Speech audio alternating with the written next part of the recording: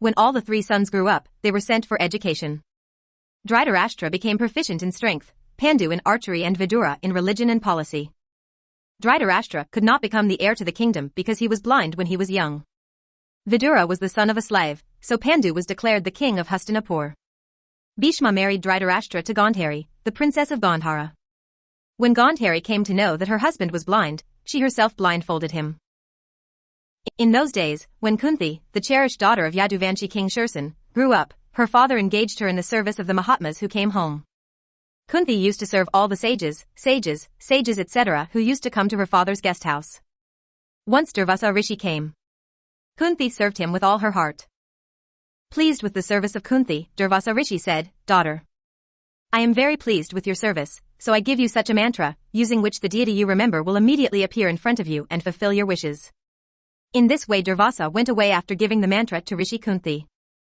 One day, to check the veracity of that mantra, Kunti, sitting in a lonely place, chanted that mantra and remembered the sun god. At the same moment Suryadev appeared there and said, "Devi, tell me what you desire from me. I will definitely fulfill your wish."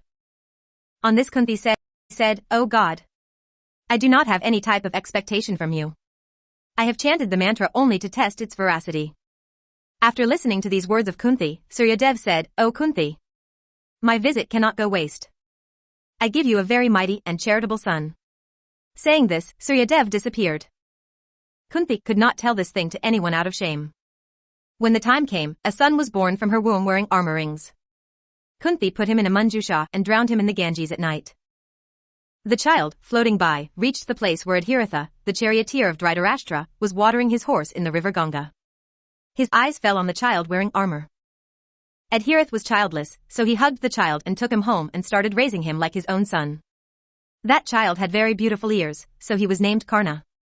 Karna was flowing in Gangaji when Maharaja Dhritarashtra's charioteer Adhiratha and his wife Ratha saw him and adopted him and started bringing him up. From the age of Kumar, Karna was more interested in the art of war than driving a chariot like his father Adhiratha. Karna and his father Adhiratha met Acharya Drona, who was one of the best masters of the art of warfare at that time. Dronacharya used to give education to the Kuru princes at that time. He refused to teach Karna because Karna was a charioteer's son and Drona used to teach only Kshatriyas. After Dronacharya's disagreement, Karna contacted Parshurama who used to teach only Brahmins. Calling himself a Brahmin, Karna requested Parshuram for education. Parshuram accepted Karna's request and trained Karna in the art of warfare and archery like himself. Karna was cursed by his guru Parshuram and Mother Earth. Karna's education was at its last stage. It is a matter of afternoon, Guru Parshuram was resting with his head on Karna's thigh. After some time, a scorpion came from somewhere and bitten his other thigh and started making wounds. So that the Guru's rest was not disturbed, Karna did not move away from the scorpion and endured its sting. In some time, Guruji's sleep was broken and he saw that a lot of blood was flowing from Karna's thigh. He said that only a Kshatriya can have the fortitude to bear the sting of a scorpion, not a Brahmin, and Parshuram cursed him for his false speech that whenever Karna needed his teachings the most, that day it will not be of any use to him. Karna, who himself did not know to which clan he belonged, apologized to his guru and said that if any other disciple had been in his place, he would have done the same. Although he felt guilty for cursing Karna out of anger, he could not take back his curse. He then gave Karna his bow called Vijay and blessed him that he would get what he wanted most, everlasting fame. In some folklore, it is believed that the scorpion was Indra himself, who wanted to expose his true Kshatriya identity. After leaving Parshuramji's ashram, Karna wandered for some time. During this, he was learning Shabd Bedi Vidya.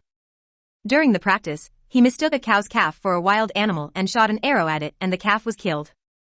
Then the Brahmin, the owner of that cow, cursed Karna that just as he had killed a helpless animal, he too would be killed one day when he would be most helpless and when all his attention would be on something other than his enemy.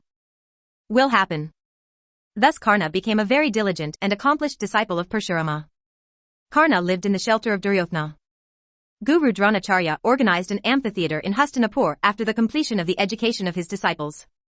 Arjun proved to be a disciple with special archery skills in the arena. Then Karna entered the stage and challenged Arjuna to a duel, surpassing the feats performed by him. When Kripakarya rejected Karna's duel and asked him about his dynasty and kingdom because according to the rules of a duel only a prince could challenge Arjuna, who was the prince of Hastinapur, to a duel. Then Duryodhana, the eldest of the Kauravas, declared Karna as Angraj so that he would be eligible for a duel with Arjuna. When Karna asked Duryodhana what he wanted from him in return, Duryodhana said that he only wanted Karna to be his friend.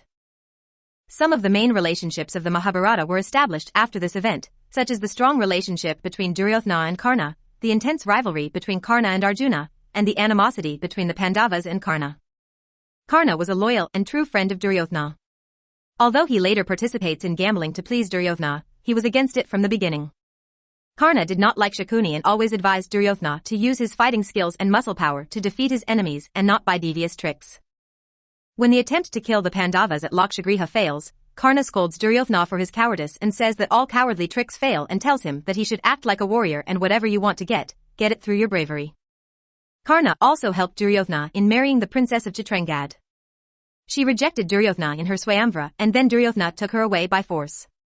Then the other kings present there followed him, but Karna single-handedly defeated them all. Among the defeated kings were Jarasandha, Shishupala, Dantavakra, Salva and Rukmi etc. As a token of appreciation to Karna, Jarasandha gave a part of Magadha to Karna.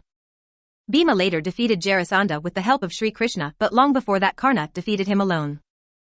It was Karna who had exposed the weakness of Jarasandha, that he could be killed only by tearing his torso from his legs and dividing it into two pieces.